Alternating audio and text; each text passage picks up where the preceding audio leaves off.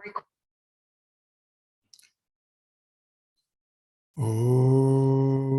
Yogena Chittasya Padena Vacham Malam Sharirasya Cha Vaidyakena Yopakarottam Pravaram Muninam Patanjalim Pranjaliranatosmi.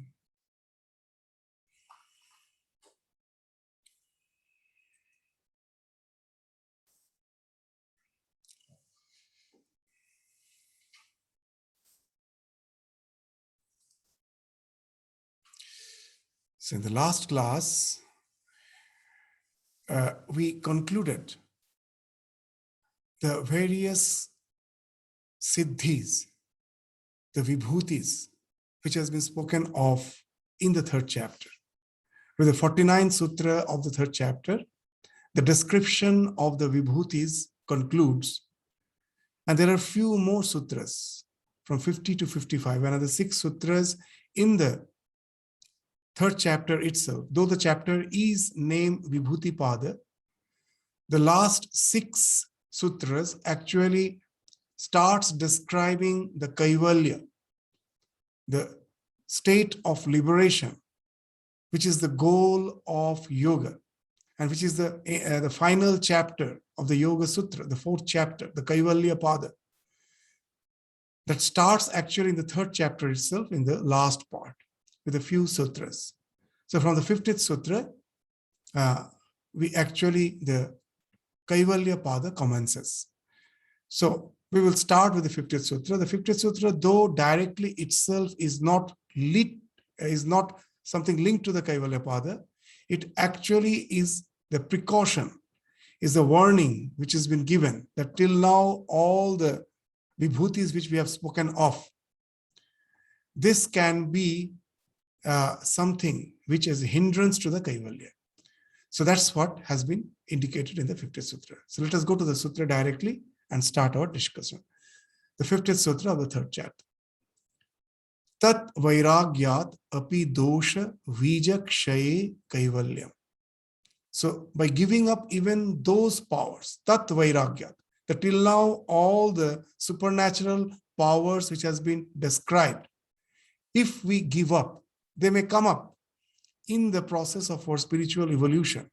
As we are proceeding in our spiritual journey, they may come up as a side effect. And we may get lured. And then we get sidetracked. So here is the warning. So we have to renounce that. Tat vairagyat, all these supernatural powers which has been described till now, by renouncing them. Then what happens? By giving up those powers comes the destruction of the very seed of ignorance, of evil. This api dosha, that vairagyat api dosha vijakshay, that all the dosha vija, all the evils that enunciates, that starts from ignorance. That what are the various dosha? The 5 afflictions speaks of the dosha, from ignorance, from avidya. What is the next evolute of avidya? Asmita. The once you become ignorant about your real nature, you start associating your identity with the psychophysical existence, with a limited sense of I, that amness. My amness is limited with this body-mind complex. That's the asmita, from ignorance that comes. And once that comes, the other 3 afflictions, the doshas follows. What are they? Raga, dvesha, abhinivesha. The moment I am identified with this psychophysical existence, anything that is agreeable to the psychophysical existence, anything that sustains that, anything that nourishes that, I get attached to it, drawn towards it, that's the raga. Anything that is not amiable to the psychophysical existence, anything that proves to be detrimental, proves to be harmful to the psychophysical existence, I avoid it. And that avoidance can be in 2 ways. If I have the power to get rid of it, then I fight it. And if I don't have the power, then I run away from it. So in English, it is called fight and flight response. And in the Yoga Sutra, the terminology is the Dvesha and Abhinivesha. The hatred and tremendous love for life actually speaks. Abhinivesha means tremendous love for life, which indirectly speaks of fear of death. So I run away always. I cannot get rid of death. So I'm always, throughout my life, is running away from death. We never want that. So these all are the cause of dukkha, dosha. So all these dosha, the seeds of this dosha, can be removed, can be annihilated, if I can renounce all the supernatural powers that comes in the process of my spiritual evolution. So if you can renounce that, then what will happen? All the dosha is destroyed, you are purified, and at last it leads to kaivalya. So this tat vairagya dapi, even after renouncing all those powers, dosha vija kshaye, all the dosha, all the seeds of evil are destroyed. Kshaya means destroyed, and that ultimately results in kaivalyam. Tat vairagya dapi dosha vija kshaye kaivalyam. So after speaking of that renouncing of the supernatural power, leading to the state of kaivalyam, now the state of kaivalyam will be described gradually. The 51st sutra is a warning that not only in this life you get supernatural powers. If you are sufficiently evolved in spiritual life, you may get stuck in the various other planes of subtle planes of existence, which speaks of enjoyment, the ideas of heaven, the idea of all those various locus, where I may get stuck up there. How? You will find that those who were not perfect, those who got stuck up in their spiritual journey, they were almost nearing the perfection but couldn't. So they are already in those planes of existence, and you will find they are inviting you. It's a lure, means in this world, the powers are matter of extreme temptation. After the death, the so-called, we find that if you read books of near-death experience, many will be relating that there are the angels who are in as if guiding you to some very exalted state of existence. But as per the higher spiritual goal is concerned, they are also impediments to the ultimate spiritual journey. So we have to be very aware of that. And that's being warned in the 51st Sutra. Very interesting. What it is speaking? Sthani, Upanimantrane, Sangha Smaya Akaranam, Punah Anishta Prasangat. Sthani.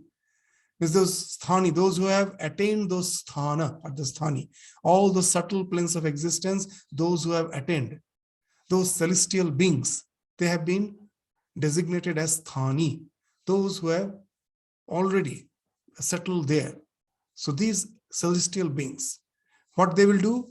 Upanimantrane, they will be inviting. They will be very, very cordially inviting. Nimantrana itself means invitation. The upa prefix means it will be a very endearing invitation, very difficult to get rid of, as if they love you so much. They want to just get hold of you by your hand as if, and just to guide you to the upper place of existence. So this is Upanimantrana. So this is a lure we have to be we have to be aware of and not get lured by them. So what is saying? Sangha akaranam. I shouldn't accept Sangha. Sangha means acceptance. That when they come with the invitation, Sangha akaranam. This akaranam is used with two words, Sangha and Smaya. Very interesting. Sangha means I don't accept the invitation. I don't go along with them. I do not accompany them. I don't accept. But at the same time, it shouldn't that I have somehow been capable of resisting the temptation, and immediately the vanity may grow. Oh, I have great power of renunciation. So that vanity should also not come. Smaya speaks of vanity. Sangha Smaya Akaranam. First, I shouldn't accept the invitation, but I should be humble enough to reject that invitation. I should be humble enough. That rejection shouldn't give me a feeling, oh, even these celestial beings couldn't tempt me, and that I am a great renunciate. If you have that vanity, that itself can again be the cause of anishta. That's being mentioned here. It's both the lured by getting tempted, that may result in anishta, and the vanity may also result in anishta. So the consequences, the prasangat, that you may meet undesirable consequences if you either get lured or you have developed a sense of vanity. So that's what is being indicated in this. Sthani upanimantrane, even when the celestial beings are there cordially inviting you, Sangha Smaya Akaranam. Sangha Smaya Akaranam. This Akaranam has to be linked with both Sangha and Smaya. So Sangha Akaranam, I don't get attached to that invitation. I don't get lured. I don't accept. I don't yield to that acceptation, this invitation. And Smaya Akaranam. At the same time, the vanity also shouldn't grow. Why? Because that may result in harmful consequences, anishta prasangat. So this is a wonderful sutra, that why they are there to invite you. Just as in this earth, we have herd mentality. A group of drug addicts always want a newcomer. They are always waiting. They will lure. First, they will say, oh, there is no need to pay. Free drug is given to you. All those asking for money comes much later.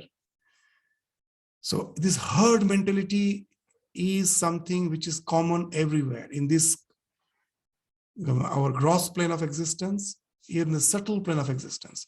Those who got stuck up there, they develop that herd mentality. They want all others also to join them. So it's very natural, that herd mentality. There is a very nice story that how this herd mentality, what this herd mentality is. When Swami Vivekananda met Pabhari Baba, it's a very interesting story. Seeing that such a spiritually uplifted soul, he found that, but he has no organization, no mutt as such. He is a recluse staying alone in a cave.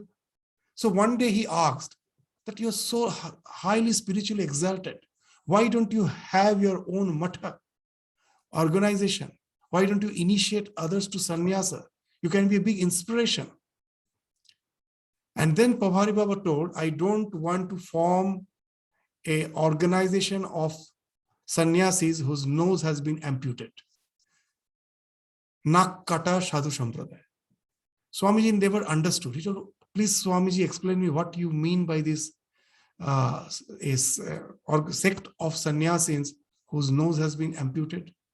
Then he told a very interesting story, that a thief was once caught stealing. In the olden days, the people very easily took the laws in their own hands. So if you are caught stealing, all the people will catch you. And what's the punishment?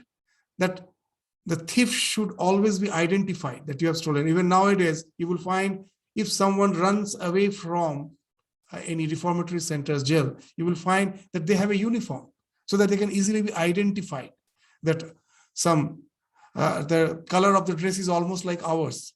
So they will have a particular uniform. So in those days, it was more crude.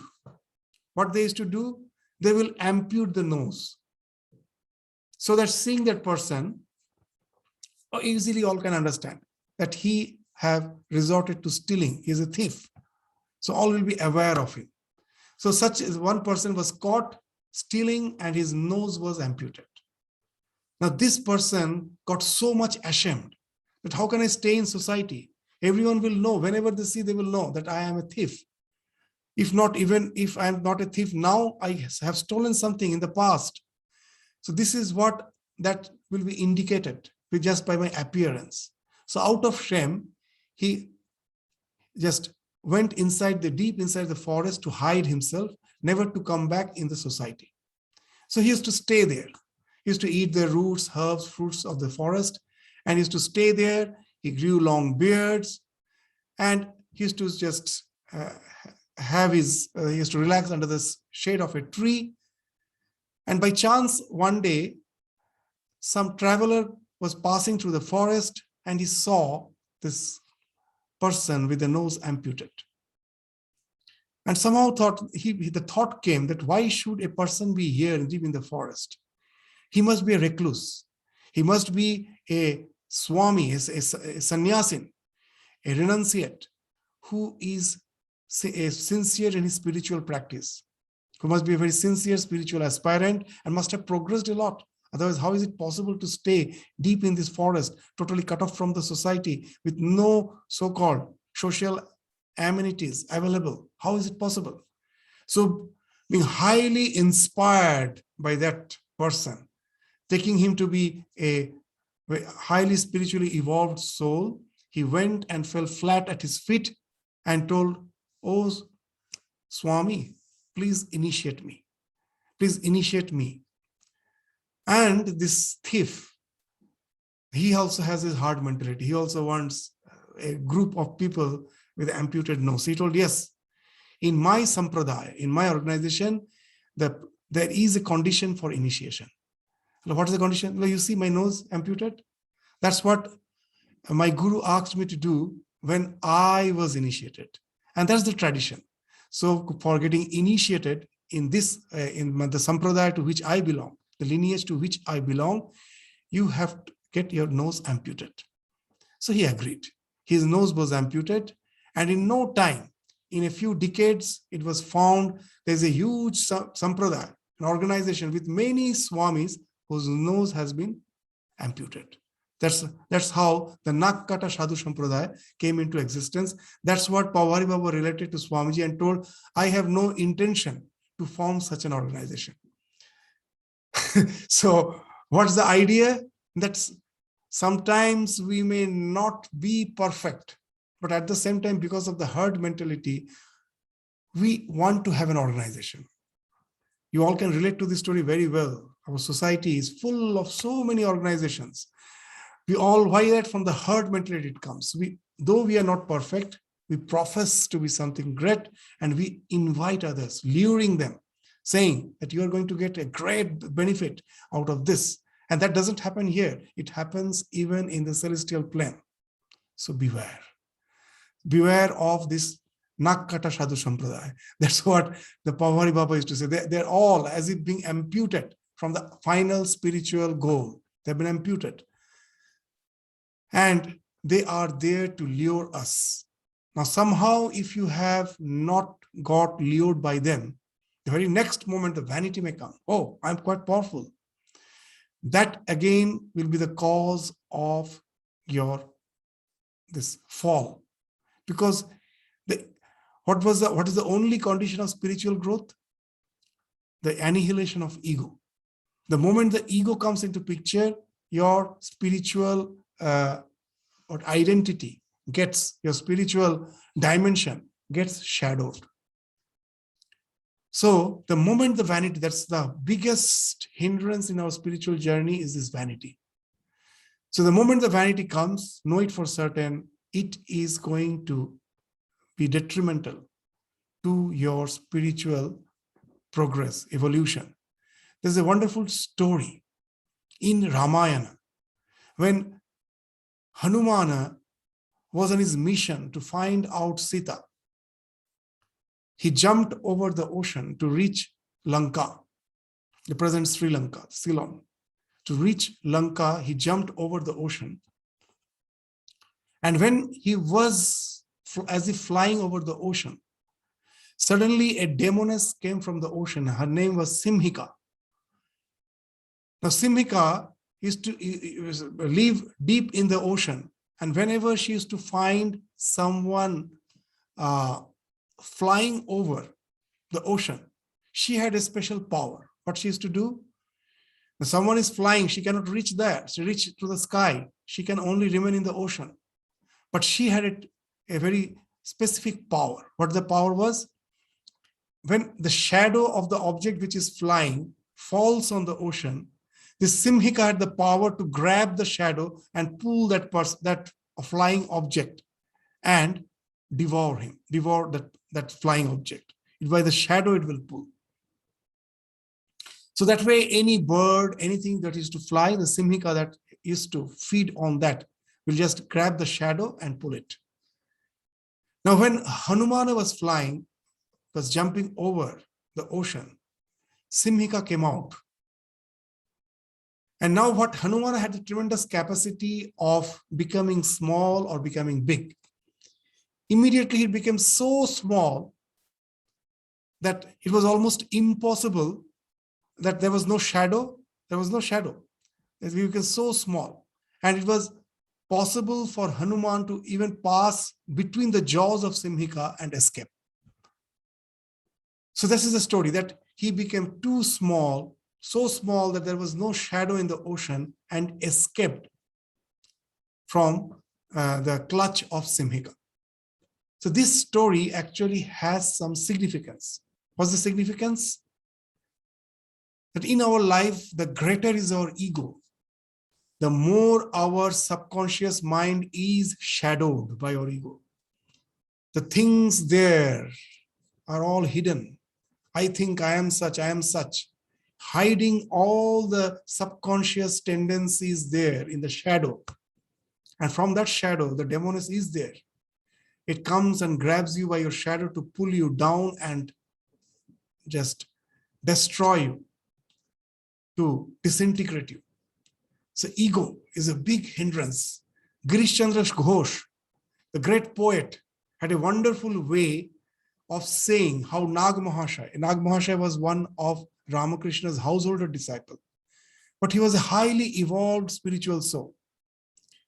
He once compared Nag Mahashaya, Girish Chandra Ghosh compared Nag Mahashaya with Swami Vivekananda, that they both have transcended the lure of Maya, but both in a very different way.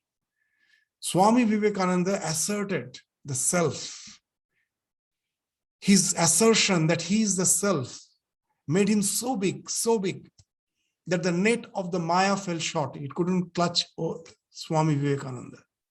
That his assertion that I am the self, I'm the Atman, nothing can affect me. His conviction was so strong that as if made him a huge personality. If the Maya fell short, Maya's net fell short to get hold of him. And Nag Mahashaya was just the opposite. He was so humble, so humble. He became so small that he passed through the nets of the Maya. So that's the idea, that the ego, if has to vanish, it can vanish in two ways. Either constantly remember that you are the self. And when I'm the self, the question of this temptation doesn't come. Even the question of vanity also doesn't come. That if I am the self, everything else is a projection. If I'm always identified with it, the question of vanity only comes when I'm identified with my limited existence. Thinking me to be this limited existence, I have overpowered all the temptations. But when you're the self, you're so big. The question, it is as if something, just you are an elderly person and the challenge is for something very small. Just when, like a small puppy, when it is biting, nibbling on the mother never takes it as a challenge. It just takes it as a child's play and constantly goes on, what you say, that's discouraging the child from doing it again and again. But it is not way feeling something very full of vanity. Oh, I have succeeded in resisting my child from constantly pestering me. It never thinks that way. It knows it is a childish way. So you have become so big that you know these all so-called the celestial beings' temptations are something childish. They are behaving in a childish way, and you are not feeling any vanity. You just are indifferent about it. But if the vanity comes, know it for certain, still you are identifying yourself with the limited, your psychophysical existence, and trying to think that you have the sufficient power to overcome it. And that actually is strengthening your ego. In no time, again, the ego will be there for waiting there for your downfall. And that also you will know, you won't even know that how it's happening, because your ego has shadowed your subconscious mind. From where the simhika will come, you also don't know. So this us see that how subtle is the spiritual journey. At each and every moment in our spiritual journey, we find a little, even in our what to speak of, after departing, going in the subtle body. Just for 2 days, I get good meditation. Immediately I start broadcasting. Oh, I got so good meditation. Gone. Everything is gone. We find that in spite of good meditation, that the vanity is so much that it actually speaks that he even doesn't have the social skills to deal with the person in a community life. That even that basic skill is not there, full of vanity, that just 2 days he got good meditation. And that's the cause of vanity. So spiritual journey is very subtle. That's why it is our senior elderly monks always go on saying, never speak out a realization. If you have realization, if you have doubt about your realization, you go to your guru and humbly relate, not to anyone else. Otherwise, don't relate. It is going to create that vanity, that I have some realization. The spiritual journey is very, very subtle. And the moment that vanity comes, immediately you will find that your realization has become something very shallow. It's no more there. So thus, this sutra is something which reminds of that we have to develop detachment. At the same time, there shouldn't be any vanity. So that's Sangha Smaya Akaranam. It's like a mantra. Sangha Akaranam, at the same time, Smaya Akaranam. There shouldn't be attachment, neither there should be vanity. So now let's proceed to the next sutra. So now Patanjali will be speaking. He has spoken of the various types of samadhis in the very first chapter. The process, the ashtama, this eightfold paths has been spoken of in the second chapter. But now here, before concluding the third chapter, he will speak of a process of meditation by which you can get that highest discriminative knowledge leading you to Kaivalya, liberation. And that way we find the scriptures are broad enough. In the first chapter, we had the idea of Ishvara Pranidhana. We had the idea of Atman, that the Purusha. If you say that I neither believe in Ishvara, I don't believe in the so-called conscious principle, the Purusha. Is there any spiritual practice which can lead to liberation? You may say that I don't believe in liberation. Okay, I don't believe in liberation, but I believe that to transcend the so-called, the dualities of life, the joys, the sorrows, everyone will be willing. That I want to be above them. I don't want to get too much exalted by all the small joys of life. Neither I want to get depressed by the little sorrow that come in my life. We are as if like a small worm being carried away by the waves. Sometimes I'm in the peak, sometimes the just trough. I'm in the crest, I'm in the trough of the wave. I'm as if like a helpless creature. Is there any way out that I can transcend and be equipoised always? So it speaks neither of Atman or Brahman, nothing else. So Yoga Sutra even deals with that. It is something similar with the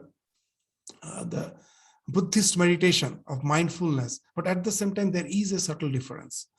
Let us just go to the sutra and then we will try to find out what it is speaking. 52nd sutra of the third chapter. Kshana tat krama samyamat. Kshana tat krama samyamat vivekajam jnanam.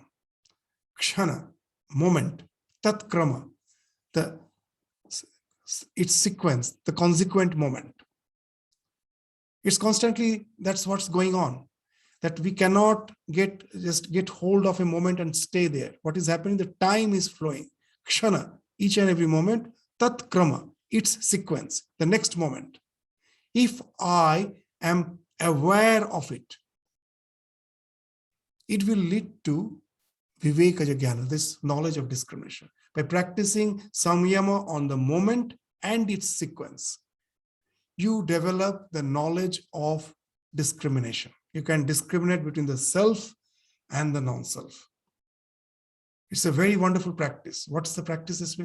we've spoken of in this life, because of the limitation of our senses, we take so many things as permanent. My house is permanent. But you go to any geophysicist, he will say that there's constant tectonic movement on the earth. Everything is moving. Anytime there can be an earthquake and the house, which you have purchased a land with $1 million, built a huge house, thinking it is going to be there. Even after my death, most probably my children will be enjoying, and maybe after that, their children also will be enjoying. And just in a simple earthquake, it just is gone. Why we have that notion that everything is permanent? Because of the limitation of our understanding that everything is quite okay, everything is okay, permanent, nothing is changing. But there's constant change going on. The constant change, when it goes on like a flow, it somehow gives the sense of permanency, which is not there, which is false, which is a delusion. In the scripture, they speak of alata prakarana. Alata means torch, fireband. When you are moving a torch, it's just in a circle. When you go on moving a torch, you just have a fire torch in your hand and you're moving it in a circle, quite fast you're moving. It will appear as a fire band, as a ring of fire. It's a common experience. When I am revolving a torch, it appears as a ring of fire.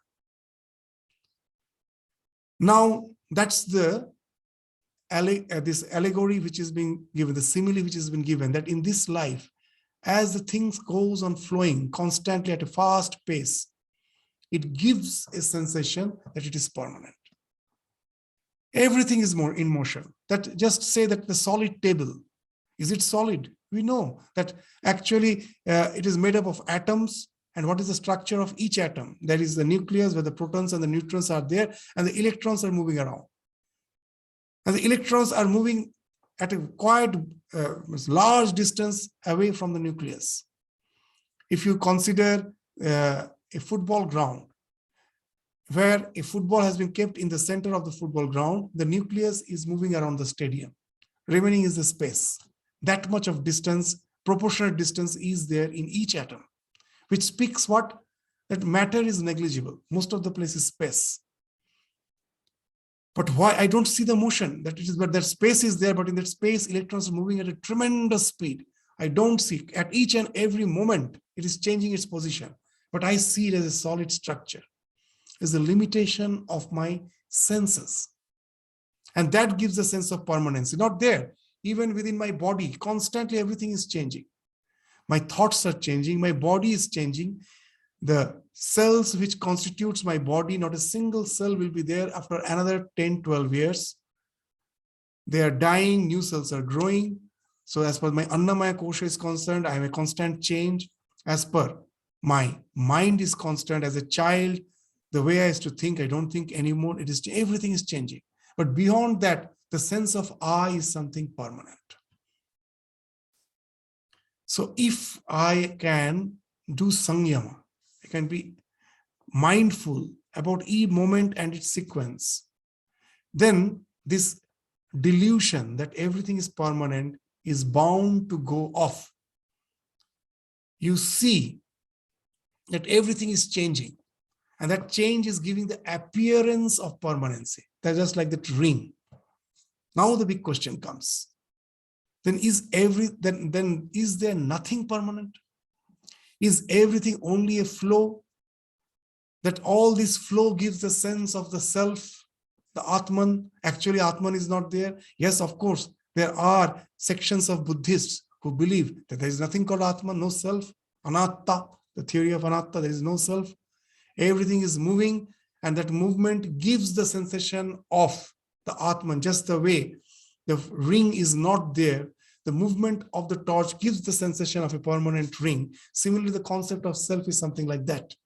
Very, very strong justification. But Swami Vivekananda, in one sentence, is negating that that way of argument, the way of argument in one sentence. He's saying very interesting thing. Yes, that fire ring is true. What you are saying is true, that something which is constantly changing gives a sense of permanence which is not there. If you take only the objective reality, if you take the subjective standpoint, then it no more stands, it doesn't hold to be a quite good justification. What Swamiji is saying is very interesting. Now, the fireband doesn't exist, isn't it? That the ring of fire doesn't exist. I am deluded, I see it.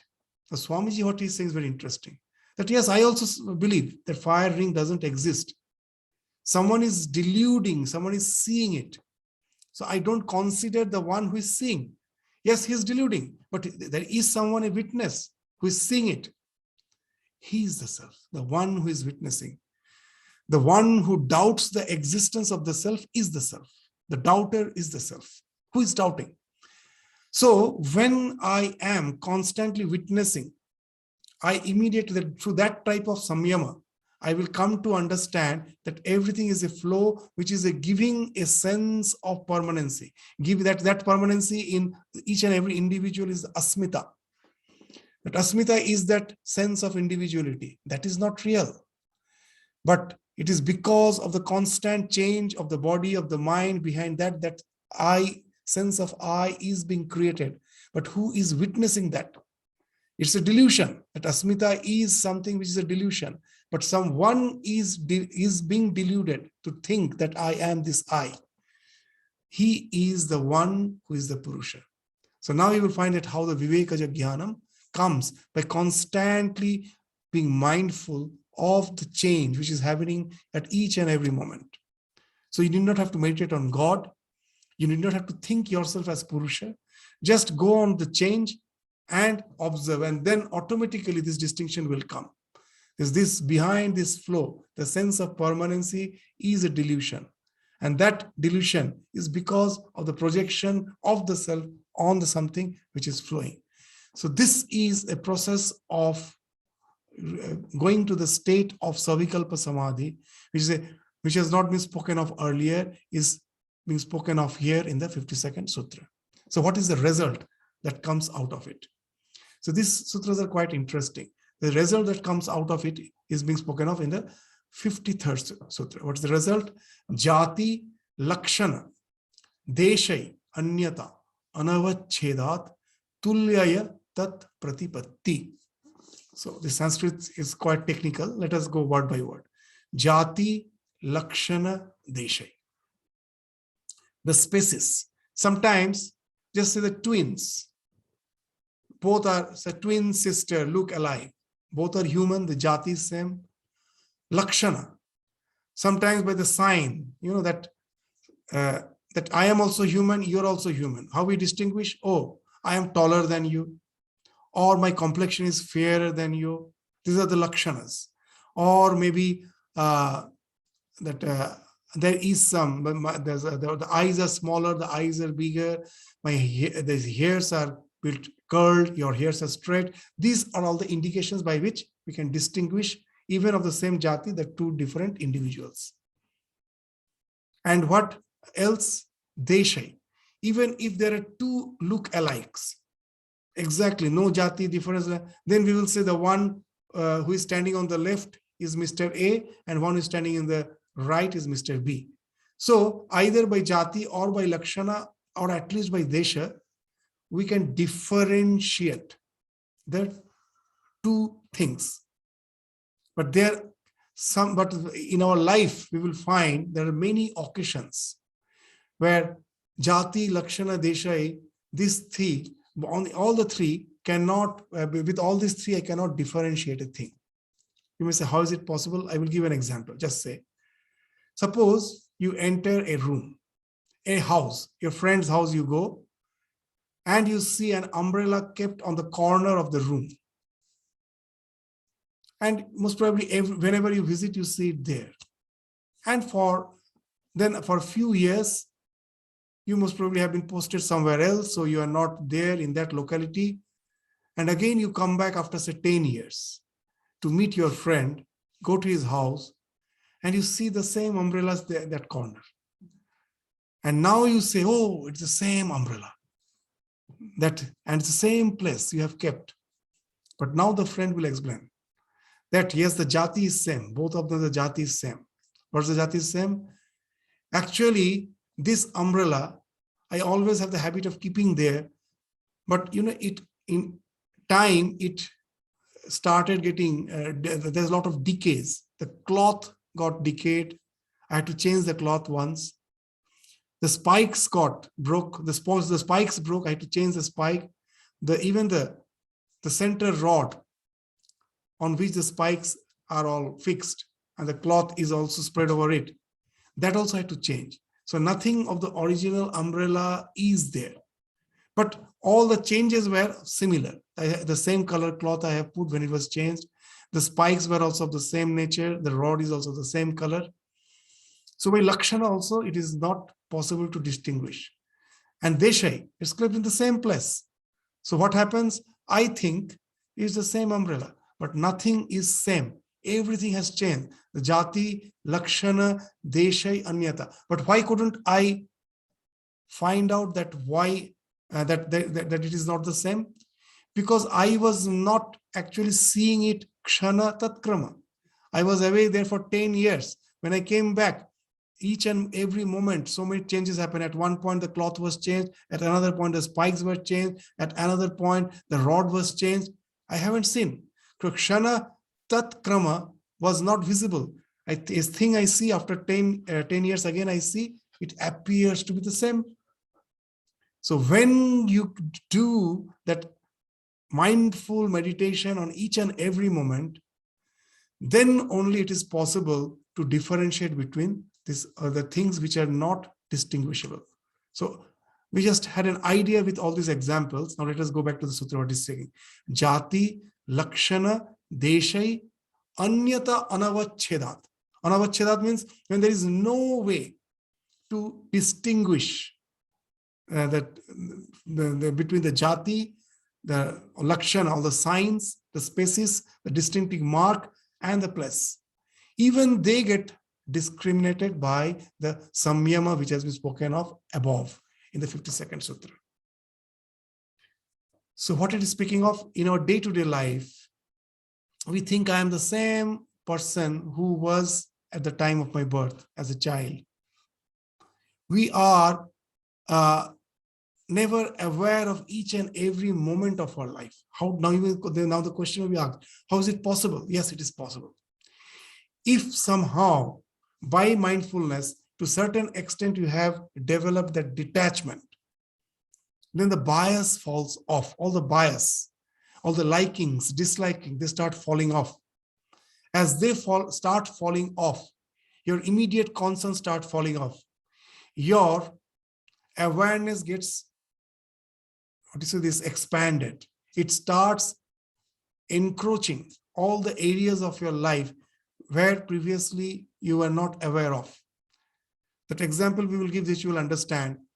That suppose a lady in the house, so she is in the morning when the husband has to go to the office, when the child has to go to the school, and she also most probably has to go to the office. After arranging the food and preparing the child for going to the school, after doing all those household chores, she also has to go to office.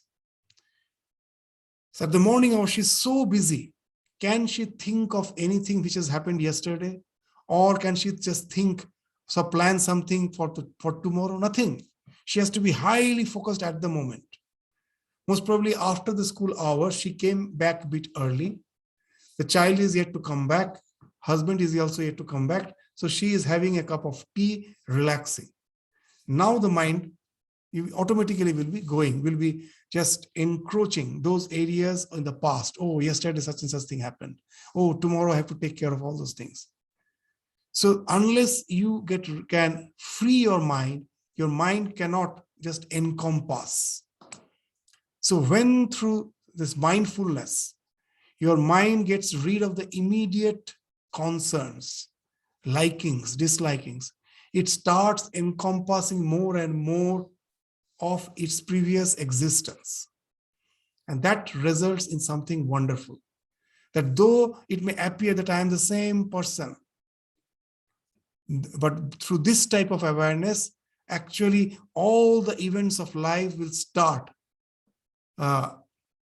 being projected in your awareness.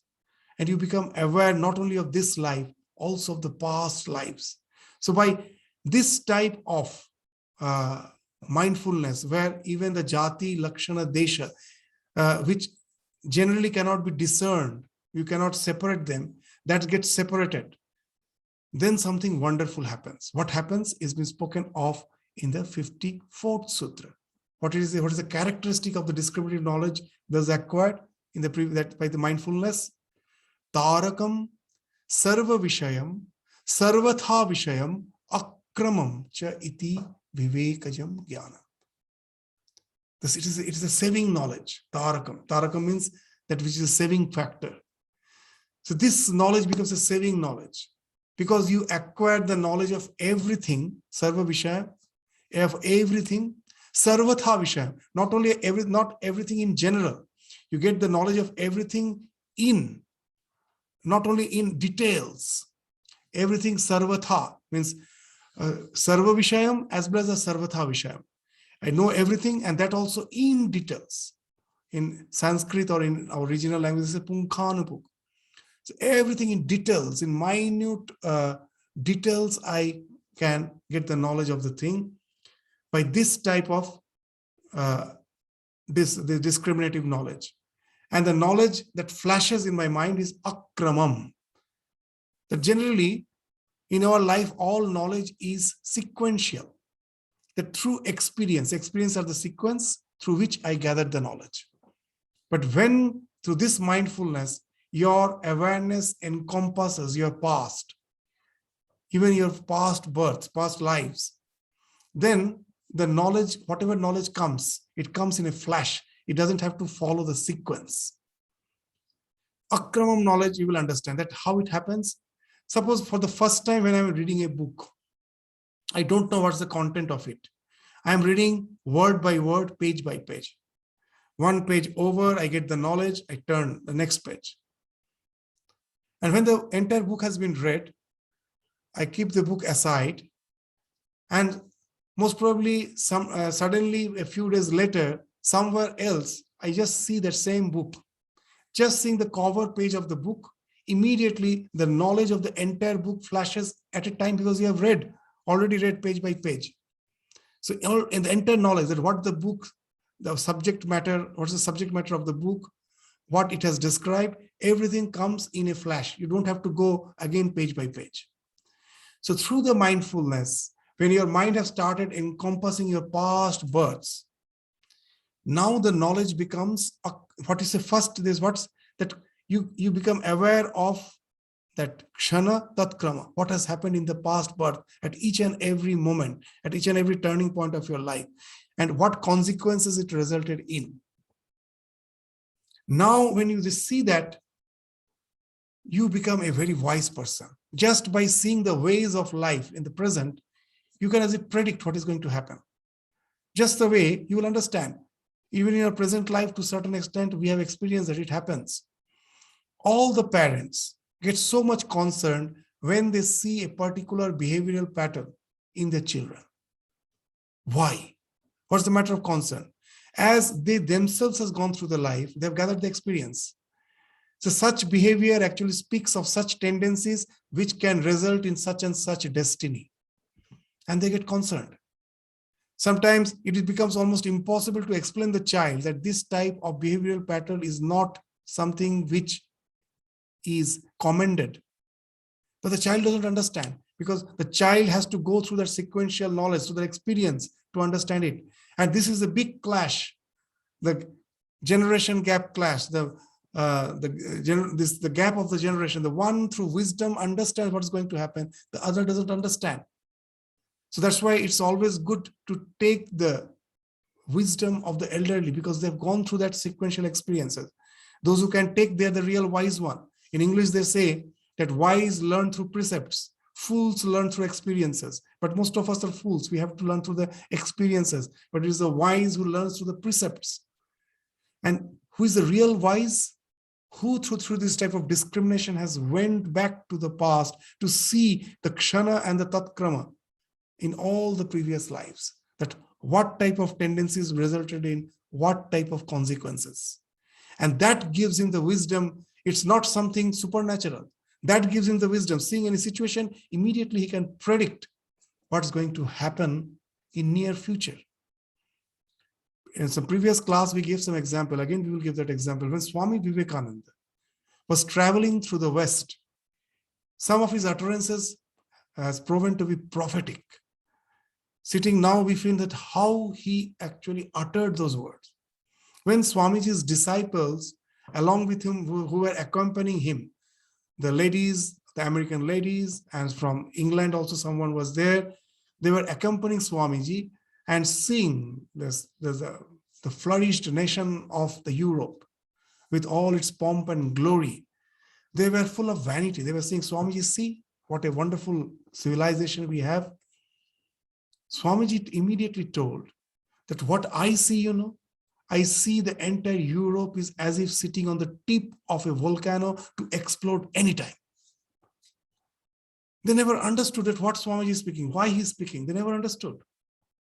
But it took just another 50 years after Swamiji passed away, that what he told to be something is absolute truth. The 2 world wars we see has happened. When Swamiji was going through the West, he saw the thing which was a matter of vanity. Even they never understand. In those days, entire Europe was obsessed with the idea that we are highly civilized. Other nations are in dark. We have to colonialize them. It's a good thing because they are in dark. We colonialize them, and the soldier goes, next the church goes to civilize those people. And in the name of colonialization, a wonderful thing was told by this African priest.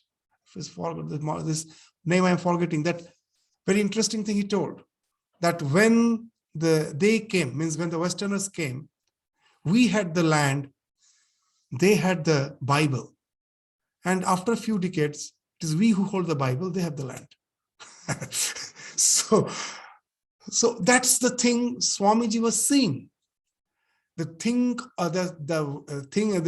matter of vanity of the Western disciples was something Swamiji could just pierce through that veil of it and see the actual fact that it is the ugly sin of colonialization. And there's a tremendous competition in the various nations within the Europe. The chauvinistic nationalism, whatever my nation does, loots or whatever it does, if it is for the good of my nation, it brings prosperity, it is good. That is called chauvinistic nationalism. And that was actually encouraging colonialism, and the competition has started growing. All the countries, there was a cold tension going on. And the idea I am superior that we find in the Second World War, this tremendous, the killing of the masses has happened in millions. Why? Because only the superior race should exist, others should be annihilated.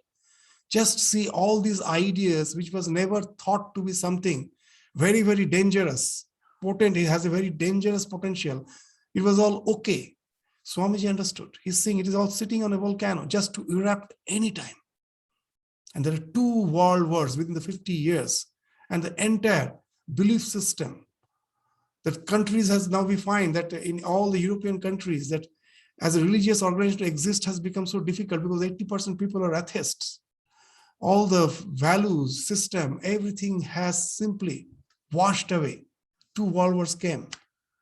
And everything was as if washed away. All the values which we hold to be something dear to us, they washed away. It's a sense of hopelessness came. Everything we see has happened, and Swamiji is just by seeing. Why? Kshana Tatkrama. History repeats itself. He can as if see the past. And as a result, what happens? At present, the knowledge becomes akramam. As he can see the krama of the past, the present knowledge becomes akram. It comes in a flash. He has already read the book with the pages. It's already there. Now the world is an open book for him. Just seeing, he can just what he can say, what's going to happen. So many things he has told, which you will find is very interesting. It's not that it's not written, it's written far, means ahead of time. When Swamiji not even became famous, he was, giving parlor lectures before Chicago. At that, in one of the parlor lectures is mentioned that he went into a state of trance. And when he came down from the trance, suddenly he told, beware, to the American nation, he's saying, beware, your country is going to be, attacked. And they told, who is going to attack? They had the idea that no one can just even think of attacking America. And in those days, 100 years back, Swamiji is saying it's China. That the Chinese civil, the Mongoloids, he has used the words, they are going to invade. We find that it may not be the invasion as such as in war, but in economy, as culture, everything is percolating. For good or bad, it is happening. What all these prophetic visions, from where they get? Tarakam sarva vishan sarvata visham. Swami Vivekananda, there's another prophetic vision was that in another 50 years, India is going to get independence, and that also in a very unpredictable way. He's saying that because of this so-called, the competition for the colonialization, there's going to be a war, and at the end of the war, it has to be declared that no more colonies, and all the colonies has to be set free. It's not the freedom movement. It is the decision of the United Nations. As such, all the nations united together to take the decision, no more colonies, which actually resulted in freedom of all the Asian countries, especially the Southeast Asian countries. It's not only India. All the nations got freedom at the time. It's a decision after the Second World War. So in 50 years, Swami is giving the time that it is going to happen, and that also in an unpredictable way. So this speaks that they just are getting the knowledge in a flash. They don't have to go through the experiences. We had to go through these experiences. What Swamiji saw, for another 50 years, we had to wait. We had to go, as an entire human civilization had to go through the sequence of experience to realize what has been told. So that's why, very interesting, Ramakrishna one day told a very interesting thing. You know why the so-called, the spiritually illumined souls, the prophets, are never recognized when they're living. It's only in the future people start recognizing their words. It's because they get the knowledge in a flash. We have to go through the experiences. And he gave a wonderful example. Ramakrishna was the master of example. He was sitting by the side of the Ganges. And when he was sitting with his devotees, they all saw a steamer passing through the mead of the Ganges. In front of them, they saw the steamer. It is just passing down the Ganges. And when the steamer was quite far away, suddenly Ramakrishna, as well as all the disciples, saw the water of Ganges is splashing on the bank. And Ramakrishna, immediately the master of examples, is giving a wonderful example. What he's saying, you know, this splash, the ship is so far away, the steamer is so far away. Now you see the splash. But you all know when the splash was created, when the steamer was just perpendicularly in front of us, it was just passing down the Ganges in front of us. That's the time when the splash was created. It's far away. The splashes took time to reach the shore. By that time, it is far away. So that's what happens for us. We have to wait for the flashes to come in sequence, and then we realize that it has been created. And by that time, the one who has created the flash has already passed far, far distance. So this shows that their vision is something. They don't have to wait for the sequence. Just by seeing a particular situation, they can immediately predict. Just the way the father, sometimes the mother, sometimes predict the behavioral pattern of the child leading to what, and their concerns sometimes prove to be true. The same way, they act like the father and the mother of the entire civilization. They're the fathers. They can as if see the future. And that speaks how it comes from that discriminative knowledge, which gives him the capacity to see the kshana and its krama. We cannot. We just deluded. We are always, that hooked up to the present so much. We cannot just contemplate on the kshana and the krama. We just get concerned with the present so much, so busy with the present. Once we have that power of this discerning ourselves from our immediate concerns and just look at the life like a bird's view, just as that the bird's view, whenever you see when a picture is in bird view, if you go to Belur Math, I can see just when I'm walking down the Belur Math, I can now see the temple. Then I go to the headquarters office. I cannot see the entire thing. But if I was like a drone, like a bird, like a drone from the top, I take the picture, the entire picture comes at a time. So the more we get distanced from our day-to-day activities, you're more away from it. You are as if from a flight, from an aeroplane, you get the picture of the whole thing. So that's being indicated. This Vivekaja Jnana gives you that, that distance, that detachment from that distance from which you get that overall vision. And that's the knowledge comes in a flash. You do not have to go through the sequences to walk down from place to place, from time to time to get the experience. It comes in a flash, and that is a saving. Because if you know what's going to happen because of particular way of life, we can actually take necessary measures. We can take necessary measures. We can warn. We can educate the humankind into the possibilities which are going to happen and avert all the dangers. That as a human being, we have the capacity. Thus, it is only the human being who has this capacity. It is the vision of the elders which saves the next generation. To give a common example, suppose there is a sand pit. What's the difference between me and a chimpanzee? Chimpanzee, though they're quite intelligent, but still, how much the difference is there between a chimpanzee and me? Suppose the chimpanzee falls in the sand pit and dies. In the same sand pit, his son, his grandson, his great-grandson, everyone may fall and die. But for a human being, if one realizes there is a sand pit, next day there is a signboard to say, beware, there is a sand pit, and we all can avert that accident. No other beings can do that. So these signboards are very important thing which comes from this Vivekajam Jnanam. So that's why these perennial values are so important. If we say, I don't care for them, know it for certain, nothing happens to them, they remain as it is. I cannot just take them up or pull them down. They remain where it is. It is we who suffer. If I say I don't believe in gravitation, the gravitation is not going to vanish. It is there. If I say I don't believe in gravitation and jump out of a 20-story building, it is I who am going to die, crash and die. So I cannot break those laws. I break myself. So all these perennial values, if I say I don't believe in them, nothing happens to them. It is we who get affected. So that's why they become the saving factor if we acknowledge them. Even a few days back, with TED Talk, I heard that nowadays we go for justification everywhere. We don't believe in this past births and all. Even the spiritual dimension of our existence, nothing. And in the TED Talk, the very nice question was asked, what is the truth? If the truth is something which sustains us, then the big question was asked. Just go to any aboriginal cultures, the old cultures, which we know have existed for 50,000, 60,000 years with all those beliefs. They were sustaining themselves for 50,000, 60,000 years. And with all our scientific knowledge in 200 years, we are about to collapse.